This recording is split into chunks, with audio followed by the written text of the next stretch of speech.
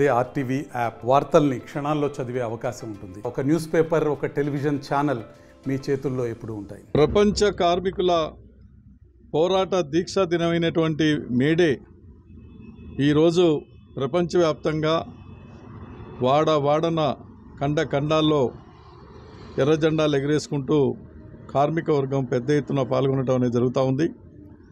1886 సంవత్సరంలో ప్రపంచంలోనే మొట్టమొదటిసారిగా అమెరికా దేశంలోని చికాగో నగరంలో ఉన్నటువంటి కార్మికులు పెద్ద ఎత్తున వాళ్ళు సంఘటితమై యూనియన్ ఏర్పాటు చేసుకొని 8 గంటల పనిదినం కావాలి,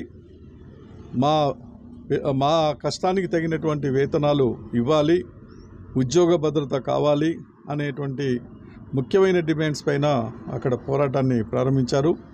ఆ పోరాటాన్ని అణిచివేయడానికి అక్కడున్న పెట్టుబడిదారి వర్గం కిరాయి మూకలను ఉపయోగించి, పోలీసులను ఉపయోగించి శాంతియుతంగా జరుగుతున్న పోరాటం పైన దాడి చేయించారు.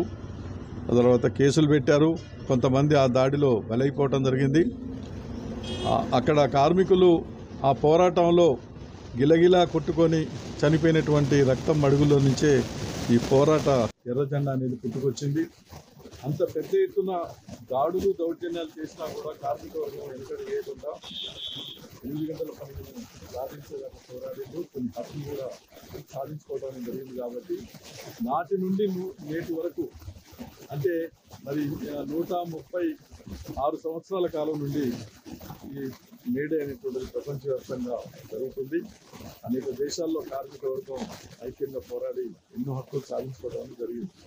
మన దేశానికి స్వాతంత్రం వచ్చి 75 సంవత్సరాలు అవుతున్నా ఇప్పటికీ కార్మికులు అనేక సమస్యలు ఎదుర్కొంటూ ఉన్నారు.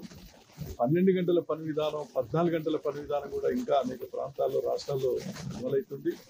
ప్రధానంగా మోడీ అధికారంలోకి వచ్చిన తర్వాత 8 గంటల పని దినాన్ని 12 గంటలు చేయాలని చెప్పేసి పార్లమెంటులో చట్టం తీసుకురావడం అనేది చాలా దుర్మార్గం. రైతు వ్యతిరేక చట్టాలు తీసుకొచ్చారు. ప్రజల మీద పన్నులు వేసి దేశ సంపదలు మొత్తం కొల్లగొట్టి ఇవాళ కొద్ది మంది కార్పొరేట్ శక్తులు పెట్టడం అనేది జరుగుతుంది. కాబట్టి ఈ మేడే సందర్భంగా కార్మిక వర్గం, శ్రామిక వర్గం అంతా కూడా తీసుకునే ప్రతిజ్ఞ ఏంటంటే కార్మికులకు అనుకూలమైనటువంటి చట్టాలు తీసుకొచ్చే వాళ్ళు కేంద్రంలో రావాలి. ఇప్పటి వరకు ఈ 10 సంవత్సరాల కాలం నుంచి అధికారంలో ఉన్న మోడీ కార్మిక వ్యతిరేకమైనటువంటి, రైతు వ్యతిరేకమైనటువంటి చట్టాలు తెచ్చారు. మరొకసారి వాళ్ళ అధికారంలోకి రావద్దు. మూడోసారి బీజేపీ, మోడీ అధికారంలోకి రాకుండా కార్మికులకు అనుకూలంగా వ్యవహరించేటువంటి రాజకీయ పార్టీలను ఎన్నుకోవాల్సినటువంటి బాధ్యత ఉన్నది అనేది ఒక కర్తవ్యంగా తీసుకొని ప్రతి కార్మికుడు, ప్రతి శ్రామికుడు ముందుకు వెళ్ళాలని చెప్పేసి ఈ మేడే సందర్భంగా అందరికీ శుభాకాంక్షలు తెలియజేస్తూ సెలవు. నమస్తే అండి.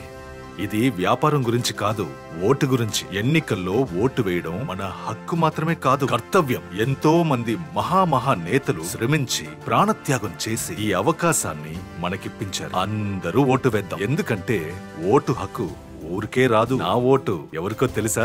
అది సీక్రెట్ అండి.